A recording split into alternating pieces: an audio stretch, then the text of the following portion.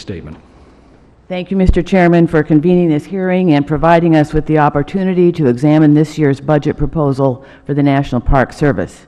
As this is our first subcommittee hearing of the year, I want to offer my congratulations to you in this new position, and I look forward to working with you in the next several years. And welcome, Director Jarvis. It's great to see you here. I am proud to represent two national parks. In my hometown, the Lowell National Historical Park was the first urban national park of its kind, commemorating, preserving, and protecting the catalytic role the city played in spawning America's Industrial Revolution. Minuteman National Historical Park is just down the road in Concord, where visitors can see firsthand where the shot heard round the world was fired and where the American Revolution began. The many visitors to both sites are grateful that our country has made the commitment to protecting our history and our landscapes for future generations, coming away awed and inspired by the sites that have shaped who we are as a people. As we've seen in my district, national parks also have a tremendous impact on the local economy, and I know this is true all over the country. According to a recent economic study conducted by the National Park Service, every federal dollar invested in our parks contributes $10 in economic activity. This is a figure that we should not ignore. When people visit our national parks, they also support nearby restaurants, hotels, local outfitters, and guides.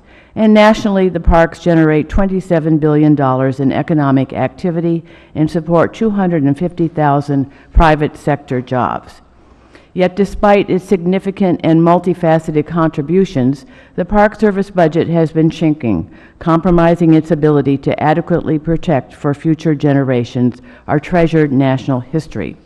In the past 10 years, the Park Service, which is responsible for managing some of our nation's most iconic sites, such as Yellowstone, Yosemite, which Chairman McClintock represents in part, and so fortunately so, the Grand Canyon and Ellis Island, has had its budget decreased by 22%, leading to a growing backlog of deferred maintenance projects and a range of other management challenges. This trend is completely unsustainable if we want our children and grandchildren to have the same opportunity to visit and enjoy some of our nation's most treasured public lands. As proposed, the budget for the entire National Park Service makes up just 1/16 of 1% of the entire federal budget. The President's budget requests sensible, targeted spending increases that will not only rectify years of chronic underfunding, but will directly improve the Park Service's ability to meet its core mission, preserving and protecting our nation's natural, cultural, and historic resources for the use and enjoyment of future generations.